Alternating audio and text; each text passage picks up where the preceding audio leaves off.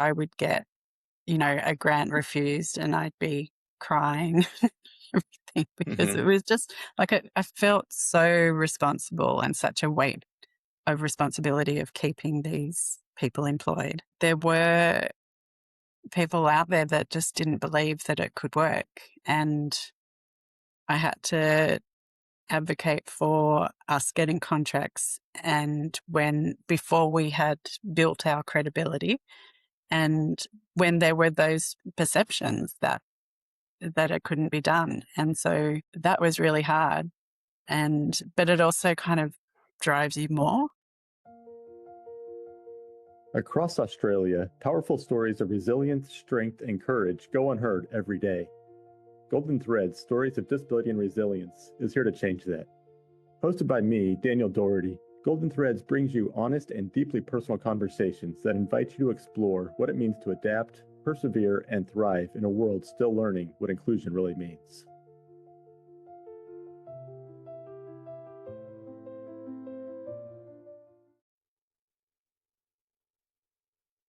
Hi there, everybody. Dan Doherty here again with the Kintsugi Heroes podcast. We have another fantastic episode today and another great conversation. Today, welcome to our conversation, Cathy Hockey, who's an executive coach, executive leadership development um, specialist and professional, and comes with heaps of experience. We'll let Cathy introduce herself, though, and I want to hear from Cathy. What is it that you do, and who are you? Hi, Dan. Thank you so much for having me. So I'm Cathy Hockey and I am coaching and leadership development is what I'm doing at the moment. I'm predominantly working in the not-for-profit space. And as we talk, you'll sort of understand why. But I think over the years, I've seen like a real heart and care in the sector, but a lot of burnout and a lot of need to help support the people so that they can be around and, you know, and witness the impact that they're making. And so, yeah, I'm really focused on leadership coaching, executive coaching, and training workshops, leading for good, basically. So, yeah, Yeah, that's that's what I'm doing now. excellent. Notice you use a few words in there that kind of get thrown around in different ways. But you said you're doing a lot of not-for-profit Mhm. coaching or leadership development for not-for-profit. Is that different than for-purpose organizations, or Really? do you use them I interchangeably? I do use it interchangeably depending on who I'm talking to. But I think that, yeah, any sort of purpose driven, mission driven organization is where I'm interested. And that's because of that heart and soul that goes into it and trying to balance that with, you know, commercial viability and the frameworks that help to make organizations efficient. Yeah, I think that's my sort of sweet spot of the people that I like working with. Excellent. And you've been doing this for a number of years. And through that, you've really for a lot of that have been doing the for purpose work. So it's Mm. something that you've a niche that you've really developed that you're yeah comfortable in.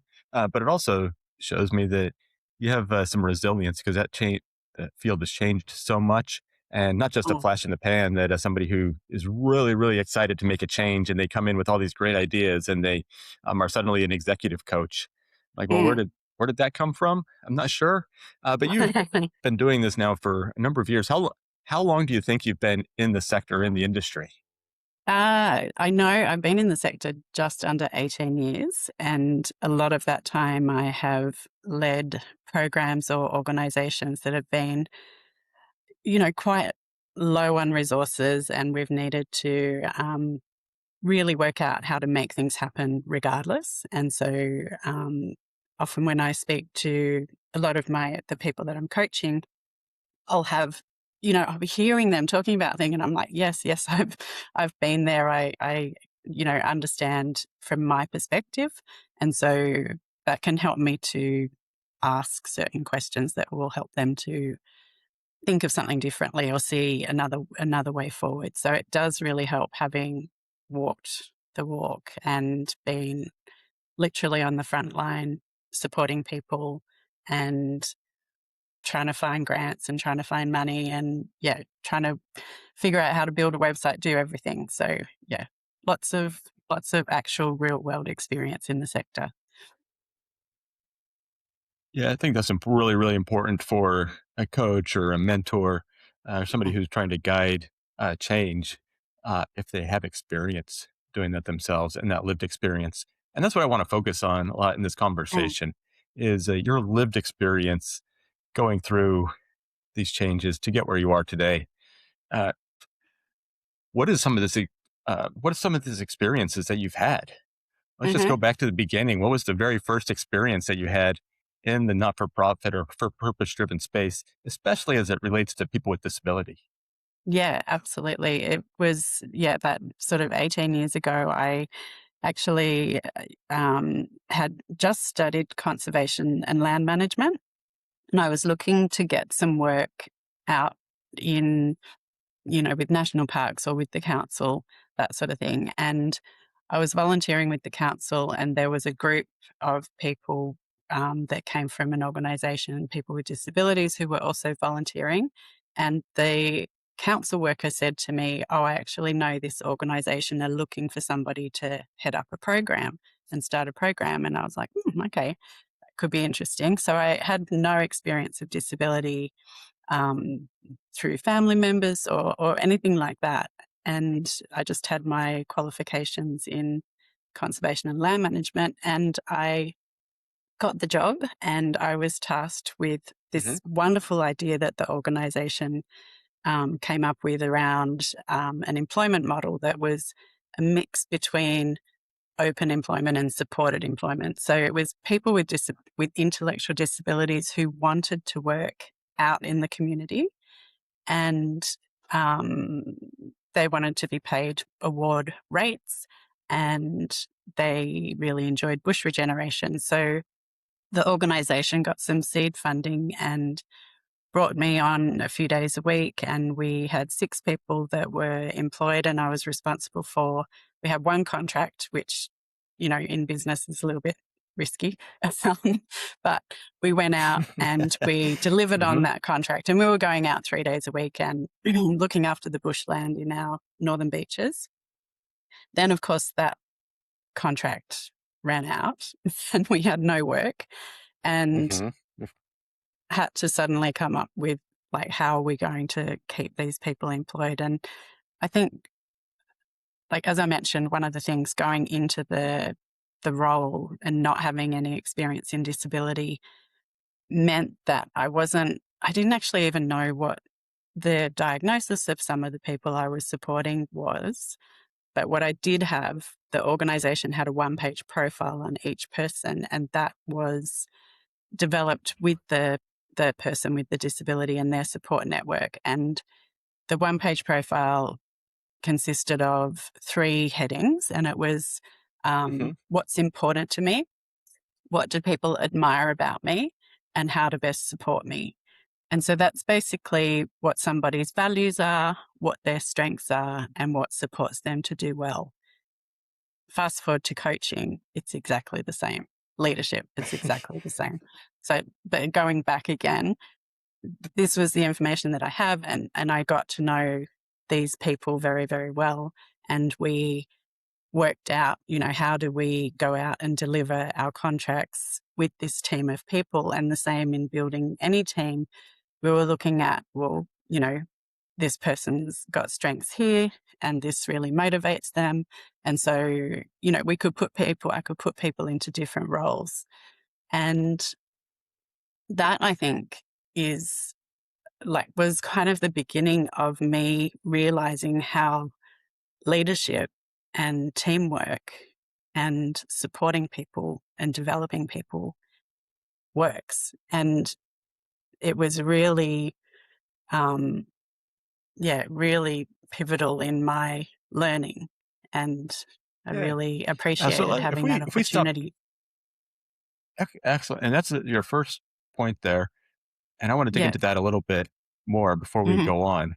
Is some of the things Sure. that I observed from what you just said that you said you didn't have any experience with people with disability before that, or Yeah. disability services, anything, Yeah. but you implemented your personal, skills of being a people person. You knew how to interact with people. mm, And it highlights, and I've seen this from my work at Jigsaw, which is also an employment pathway for people with disability, mm, is when you focus on the person and focus on the people, mm, the disability is really, it's kind of a subset. You acknowledge it, but when you mm, talk about those three things that you mentioned, I think mhm, that's so simple and yet so mhm, revolutionary. If mhm, you just focus on those three things and then you applied it to your coaching today, which some people have disabilities, I'm sure still, but it's not focused on people with mm, disability, but they're people skills, mm. right? And Absolutely. Yeah. Yeah. that's what I love about your And example too. Just that it's in very your simple. example, it's simple, but people with disability, they like to do land management stuff. They like to be outdoors. Mm, Really? Yeah, yeah. they're people, Yeah. right? And Yeah. they want to work hard and they have these aspirations and everything. Mm, Yeah, because yeah. they're people. And then finding ways to work around that. So I found Yeah. that fairly fascinating. And I want to know from there, that was your first Mhm, experience with it. mhm, What are some other things that you learned in that mm, experience of helping support them in that pathway and yeah. developing those one page profiles? There's a Yeah. lot of learnings in there. So just a few of them. What are they? So many learnings. I think, just to give an example of, how I could use those one-page profiles. So I knew that this particular person, he was really struggling to dig holes to plant tube stock. Like he just couldn't, the motor skills for that task were not working. But I Hmm. knew that from getting to know him that he loved running the vacuum around at home and cleaning. And so then we visualized that the Matic was basically a vacuum and, that push pull sort of action.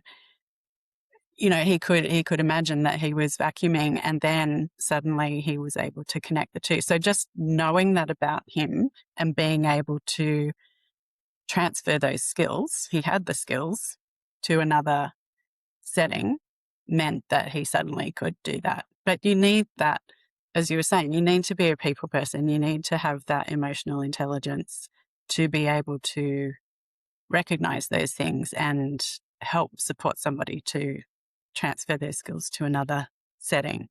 So that's an example of how, um, that comes into play. Yeah, I'd say I know I experience it again. I use a Jigsaw quite a bit as my examples Mm, of that I relate to. Also, when I first got into disability services in the workplace was back in 2008 at a hospital mm, back in the U.S. uh, And they had a supported employment entry level program that okay. people were initially supported, and then as they built up their skills and developed skills, then they went on to without the support. It was always full award wage, but it was the amount Mm, of support and extra support that they got. And the one mm, thing that I learned early on was most of the time that people were very capable of the role. It was how it was presented to them, or mhm, myself as a supervisor. So I'm curious, in your experience, you had that mm. success with the person with the vacuum cleaner. What about ones where maybe you tried and tried and tried something that wasn't quite successful? That might have been really, really frustrating. Mm, Whether it had a good success at the end or not, but were there times that you had to, you kept trying things that didn't seem to work? Did that ever yeah, happen? absolutely. Yeah, and I think, you know, we would have to, like, adapt the role or make some considerations or, yeah, like, it is about teamwork, I think, because we still, as a team, we had a job to do and something that we needed to deliver. So it was about, and the same with anybody with or without a disability, not everybody has the same strengths or the same abilities. And so, there would be one person who could stand up in front of, like, when I'll talk about the school's inclusion program, but could stand up Hmm. in front of a school group and deliver a safety briefing, and another person just could not do that at all.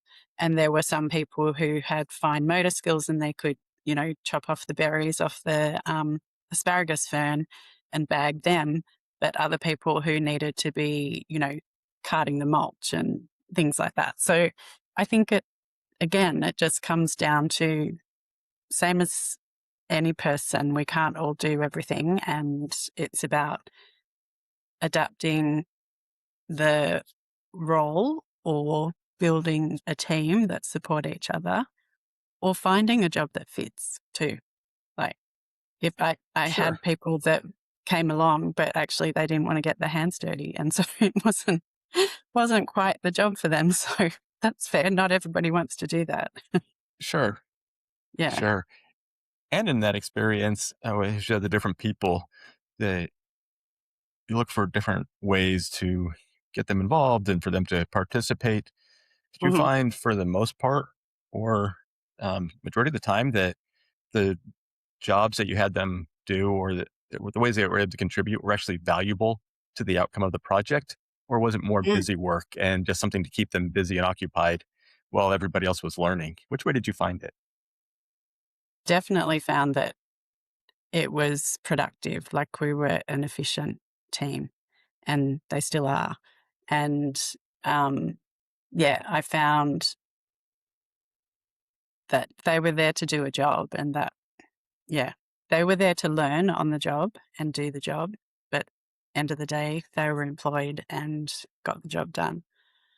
And I think, honestly, because we applied for tenders and were successful in those. And I honestly think the effort and the work ethic, compared to probably some other organizations that were also on the panel of contractors, I think that the ethic and working hard was like far and above what I have seen out in the field. Hmm. Absenteeism. I remember I got a grant, and then I had to do a report, as you do, to acquit the grant, and had a look at our absenteeism rates, and they're around like 0.5%, and the average in the workforce is around 3 or 4%. So, there's such pride in the work. There's some of them, it's been running for 17 years now, and there's a couple that are still there from when it first began. So, Yeah, that's you know, that's incredible, that yeah. loyalty, or that the pride in, you're right, just that pride in Mm, work.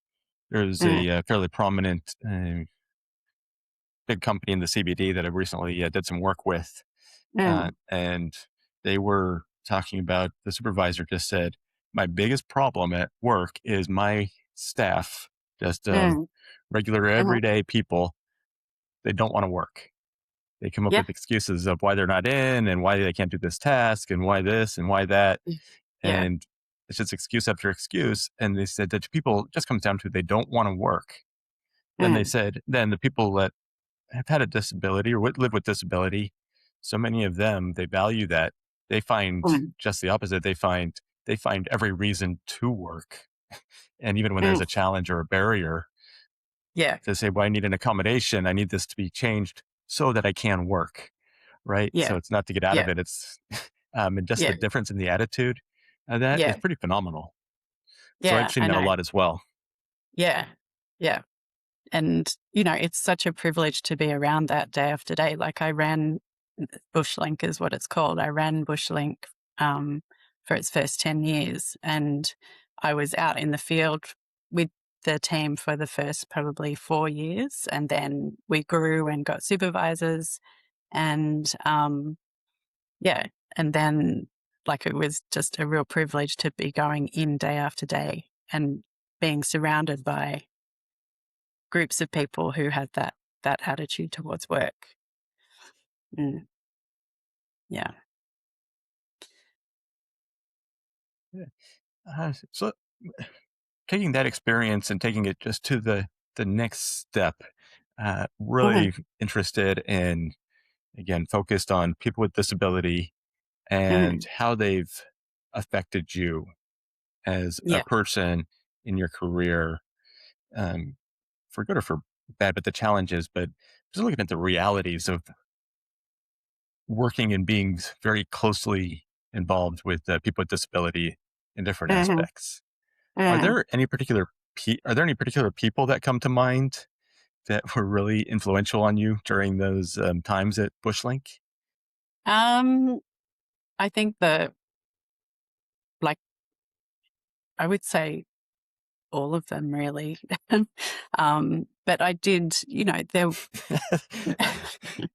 Mhm. it's, yeah, like I worked with my team, and then there was a broader group of people at Northside, which is the parent organisation, and some of them were in day programs or social community participation programs, and like every single person has a different communication style, and there's lots of different ways to communicate. And I think that's something that's really stuck with me and helped me, is having to sit with somebody who maybe isn't verbal or, communicates in a different way, and being able to sit with where they're at and be comfortable with whatever's going on. Kathy, with all your different experiences that you've had there at Bushlink, specifically the interaction of people with disabilities, is there anyone in particular that stands out as somebody who's had a really big impact on just yourself? Is there anybody in particular? Um, like I can think of every person that I've worked with in Bushlink, and I have built a relationship with them, and so they're all have had an impact in some way. I think that I also, along with working with Bushlink in the broader organization, we were supporting people with disabilities who maybe weren't working or had more complex support needs. And so across that and Bushlink, what really impacted me was being able to communicate with a broad range of people who had different communication styles. Some might have been nonverbal, and some had complex behavior support needs. And, it means that I'm able to sit with somebody wherever they're at, and be Hmm. comfortable with that. And that really helps in coaching and in leadership as well. And yeah, so I know it doesn't really specifically answer your question, but yeah, they've all had an impact and all built who I am now. And I think that there's, like, on top of them impacting me individually, some of the programs that we developed really opened my eyes to the possibilities in society as well. It's pretty special. That is, it's so true, Mm, and that's what I love about the work that I've done. It's one of the reasons I'm passionate about. It's why I love mm, having these conversations as mm, well. Is to share those moments that mhm, I take for granted. Northlink or at Bushlink, you certainly had that. You've described that. mm, At Jigsaw, I experienced that. At the other places I've worked with people with disability, I've experienced that. mm. And in a great way, it almost becomes normal Yeah. for my everyday that I do. Just to have those experiences and have those opportunities and to grow and to really have the Mm, benefits of that. And then mm, to realize, oh, wait, that's not normal in most of society. And so now having that opportunity to share that with others and to make that mm. accessible, Yeah, I just think it's one of the things that I am now made to do. Like it's what I want to do. It's great. just what drives me. Yeah, and So I great that love you get having these conversations with you. yeah, and you'll get to have more, which is exciting. Yeah. Yeah. In addition to the people with the disability that were going through the program, Mhm, were there other workers too that you obviously weren't, mhm. you don't do this alone as a one person staff. Yeah, But what was it like with the workers and with the staff to be able to yeah. support the people with disability to really be successful? It, getting in as we were growing, getting supervisors on board, it was what would have been ideal was to have people out there who had a conservation and land management qualification plus a disability support qualification, but not many people had that mix. And so we were really Right. needed to look for people who had that emotional intelligence or the ability to work with people and do those things like understand what supports people, what, you know, what they value and what's important and their strengths, and then be able to go out and look after our bushland. And so it was quite hard to find the people, but when we found them, it was really exciting. And I know there's some good people now as well. And it was challenging to find training for the people with disabilities in bush regeneration. We had to end up developing our own program and writing that ourselves because there wasn't anything out there that, was available that they could do. So, yeah, but the people that work in the sector, as I said at the beginning, there's a lot of care and there's a lot of heart and there's a lot of people who really learn from it, and they, they're meant to be there, but they do, they need support as well. Yeah. And then, Absolutely. yeah, yeah. I think, something that I'd love to share is how the Bushlink Schools inclusion program came about, and what happened that made me sort of think, there's something here that we could explore. So if you're happy for me to talk about that, I'd love to. Yeah, please. Yeah. Yeah, absolutely. Yeah, tell us a little bit about that. Take us through that. Yeah. So as I mentioned, we had one contract to begin with and then none. And so we started to, apply for grants, ring up friends and family, find out how could we get, some work for this team. And I went to the principal of where my kids went to school, and I'd been looking after the bushland there with some parents, and I begged him for, you know, 3 or 4 or 5 days work for the team to do some specific work in their nature area. And he agreed to that, which was fantastic. And so it was our first visit into a school, and we were separate. We weren't working with the kids. We were separate from the kids, and we were up in the bushland, but we would come out of the bush at sort of morning tea or lunchtime and sit in the playground and have our lunch. And the first time that we were there, I noticed kids running past, and my team were quite, shy and, insular. And the kids were taking a wide berth and sort of looking and like, what's this? Who's this? And then the next time we were there, I said to the team, because they were a bit nervous about, all the kids running around and noisy. And I said, why don't you try, just waving at them or, something like that. And they did that. And then the kids waved back, and like this sort of played out over a few weeks. And as we had been there 2, 3, 4 times, suddenly the kids were coming up and chatting with the team and they were interacting. And I was like, there's something really nice here. Like just by being in the same area and supporting my group to open up a little bit meant that we were building a connection. So then I got a grant from the Ian Potter Foundation to start a schools inclusion program, and we ended up going and working, like actually getting the kids to come out and work with the teams. And the team were the leaders. They were the experts, and they were teaching the kids. And so our team felt, pretty confident and, good about themselves, teaching these young kids what to do.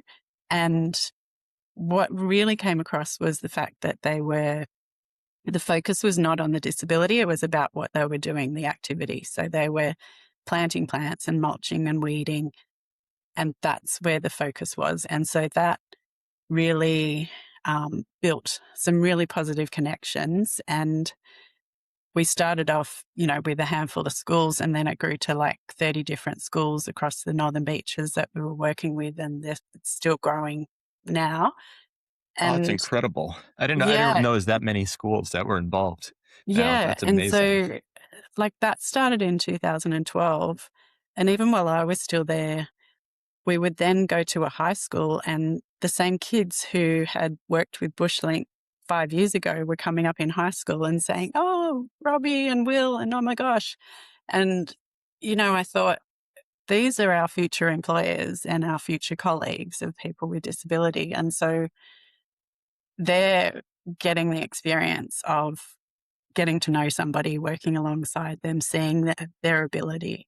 And yeah, it's something that I am really proud of the team doing. There was like a few instances where we were going into a high school, and one of the team had actually gone to that high school and been bullied in that high school. Mhm. And so he was quite nervous about going back and needed, Understandably, absolutely. Yeah. yeah, absolutely. I spoke to his parents, and then we all had a chat, and then we supported him. And he really wanted to go, but he was nervous about going. Anyway, we went back in, and yeah, not the tables were turned, but he was then really confident coming out of that. And so it changed his experience of that place. And so there was just a lot of really powerful, exciting things that came out of that program and still coming out of it. So yeah, That sounds something incredible. I, And one of the things it sounds like what you're describing, though, is not a forced connection or a forced, mm, like a forced fun type activity, but mm, just going in there in a very natural way, creating the opportunity, creating the environment for a connection to take mm, place. yeah, So I love that, just really normalizing mm, the work that they're doing, and yeah, then who they are. And just that's what I don't know. When I think about inclusion, like to me, mm, that's what is important is just creating the space and then let the yes, inclusion happen. yeah. So And yeah, just watching, like, setting it up and watching the interactions happen were like, yeah, the really special moments. Yeah, yeah. Did you ever very get cool. feedback or do you keep in touch with any of those um, individuals that went through the program? Do you still keep in touch with them today at all? The team Yeah. themselves. Yeah, yeah, yeah. I've been to a few 30ths, and they're a bit younger than Oh, me. wow. Yeah. And with their parents as well. I'm still close with a few of the parents, and yeah, always interested in what they're doing, and excited when I bump into them, or get an invitation to something. Oh, that's wonderful. Yeah. I love that aspect of you see them and you work with them in a particular aspect, Mm, and then you watch mm, them grow and you see them develop, and mm. you kind of you become professional friends. Yeah, I guess absolutely. you still have those Yeah, boundaries. The things will always be professional, but yeah, but yeah, we're yeah. also friends in a That's healthy right. way. Yeah. And some of them, like, I've known them for 18 years because they started with me 18 years ago, and they're still there. And yeah, it's very special, very nice. Mm. Yeah, it really is. So that has now been. You said that was 18 years ago when you started, Hmm. and you went through, and you've had some learnings Yeah. going through that. Were there any moments of doubt where you were like, "Wow, why did I get into this?" or "Why did I accept this role when Mm. you were doing Mm. other things?" Um, yeah, absolutely. There were really hard, really hard moments. Like, I would get, a grant refused, and I'd be crying, everything, because Hmm. it was just like, I felt so responsible, and such a weight of responsibility of keeping these people employed. And there were people out there that just didn't believe that it could work. And I had to advocate for us getting contracts, and before we had built our credibility, and when there were those perceptions that it couldn't be done. And so that was really hard. But it also kind of drives you more.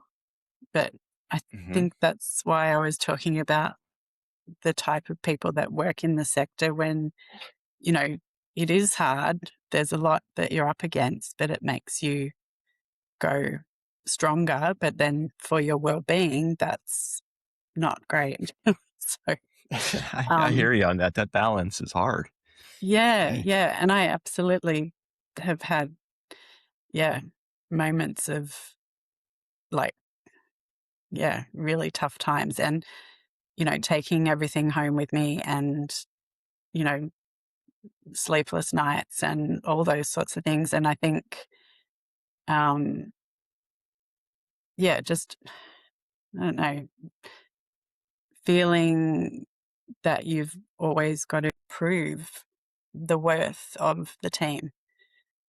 Hmm. And yeah, that was tough. And then you do so much. And then, you know, we had times when we were in the paper back when there were local papers, and, they'd come out and they'd photograph, and you'd be really careful in what you say and make sure, they've got the story right. And then open up the newspaper and it says such and such suffering from, or, the language is like just heartbreaking. And yeah, so those sorts of things feel like a constant battle. And still now, with everything that's going on in the sector at the moment with the NDIS, it's like, and I don't have lived experience of disability. I'm an ally of the sector and of the community, but it still hits hard. Yeah, I find. Yeah, absolutely. And those are things that are true. They were Mm, true back then, 18 years ago. They're true now. Um, we work to make them better, but there's going to be an element of that society always has to learn yes. in its own way Yeah. what inclusion is. Uh, Yeah. so, in those, I'm really fascinated by people like you, Kathy, who don't. You're an ally instead of somebody with the lived experience, Yeah. right? So, why be an ally of people with disability as opposed to advocating more specifically for people that I don't know you identify with, as far as like Mm, female or yeah. Australians or I don't know whatever other things. Why people with disability? Um, I think it's something to do with like um just the experiences that I've had and the knowledge I've gained and the understanding I've gained. I want to be able to share that. And I think that's what an ally does. They help to amplify voices and advance voices. And it's probably just because that's been my world. And because I feel that I've gained so much from being in that world in terms of my own personal development and the opportunities that I've had. So I think that's why that's my area that I advocate for or that I'm an ally Okay. in. Yeah. Okay. Well, you mentioned when at the beginning of the program, yeah, you were Mm, asked to run the program, so you weren't actually actively looking for an opportunity to be an advocate for people with disability at that time. mm, But this was mm, presented in your life. You took it, but then I guess you welcomed it with open arms, and you've been driving it since. mm. Uh, Yeah. are there any?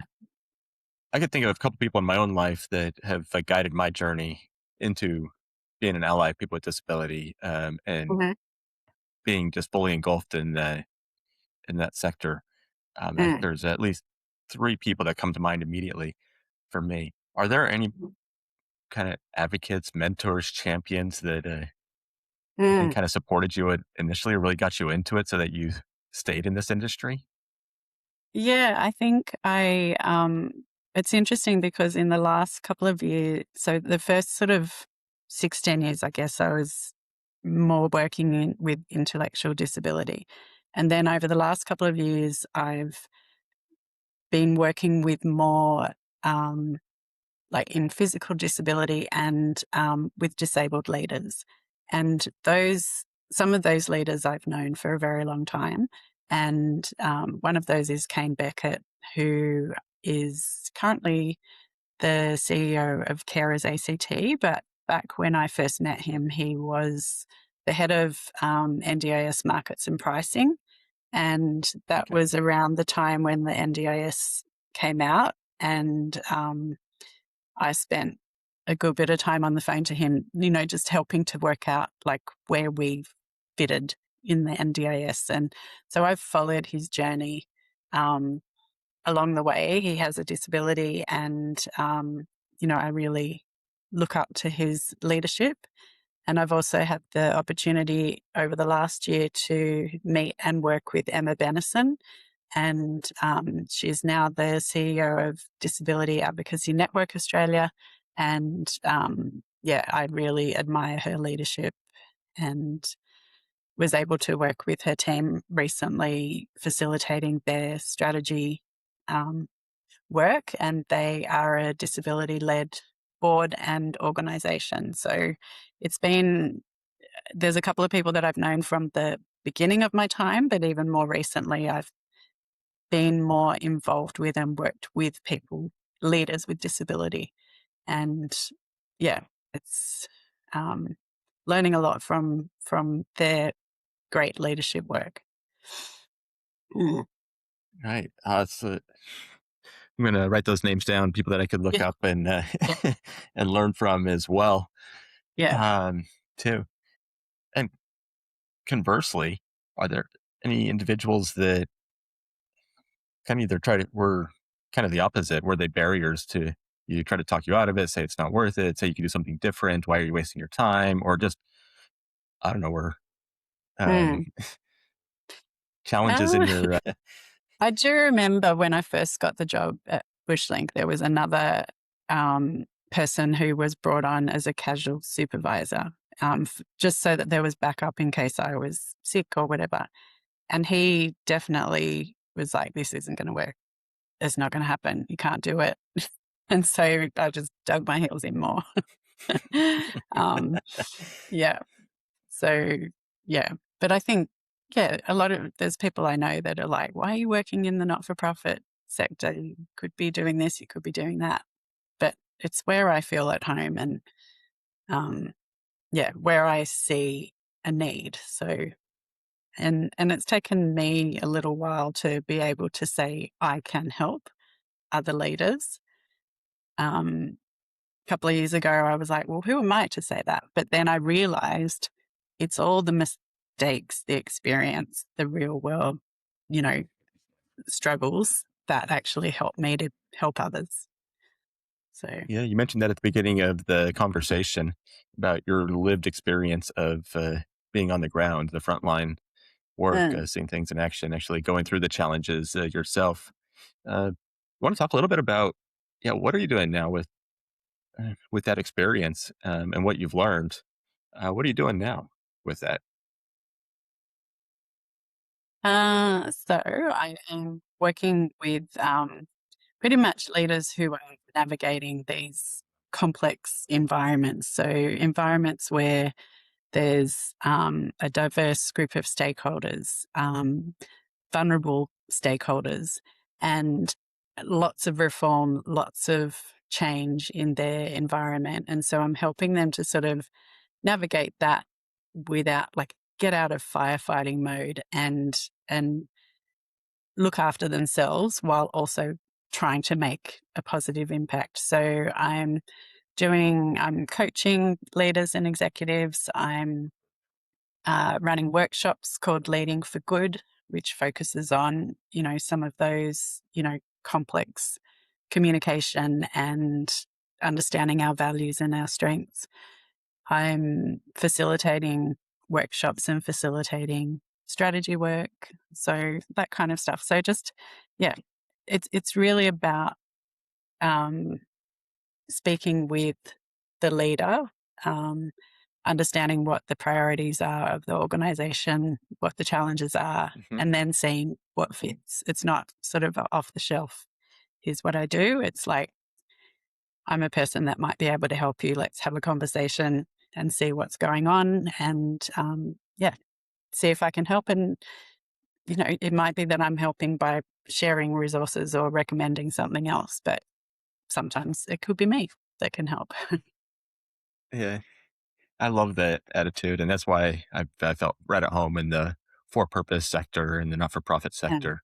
But really that teamwork component, that I might not be the one that could help you. I may not have what you need. I may not be the best match. And that's okay if there's somebody else that could help you better, because I care about the mission. And going through what you do, it's obvious that you care about the mission that you've done. You care about the purpose of the Yeah, work and the people behind it. yeah, So, yeah, absolutely. Hmm. Mm, to sometimes end these conversations with, if there is one piece of advice that you could give, they say, to yourself 18 years ago, but somebody, instead of that, is there any advice that you would give to somebody in a similar situation who might be going through something similar today, what you went through mhm, 18 years ago? mhm. What might you say to them? I would say that getting to know the individual and that one-page profile, like learning about what they value, um, how to best support them or work with them, and what's important, what are their strengths, what's important to them, is something that will carry you through work, relationships, your own personal development. Understanding those things is like, just golden, I think. It's great advice and something that, I think would be very, very valuable. Mm. Pretty simple too, right? But Yeah. very valuable. I like that. I like that piece of Mm. advice. Thanks. Really well done. All right. Well, let's draw to a close. Thank you, Cathy, for the conversation. Thank you for sharing, and thanks for sharing your story and opening up and being on the hot seat Mhm. for the last hour. Really appreciate it, and look forward to staying in touch even after this to find out all the things that you have going on and continuing to learn from what you've done. So thank you so much. My absolute pleasure. Thank you, Dan. Appreciate the time. And all the listeners out there, thank you for your time for another episode of Kintsugi Heroes. We're all in this together. Until next time, have a great afternoon. Thank you for listening to Golden Threads.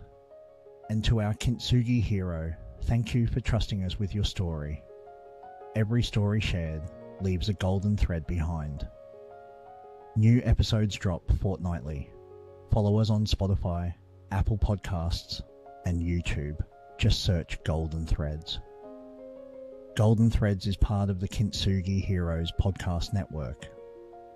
Explore more stories at kintsugiheroes.com.au.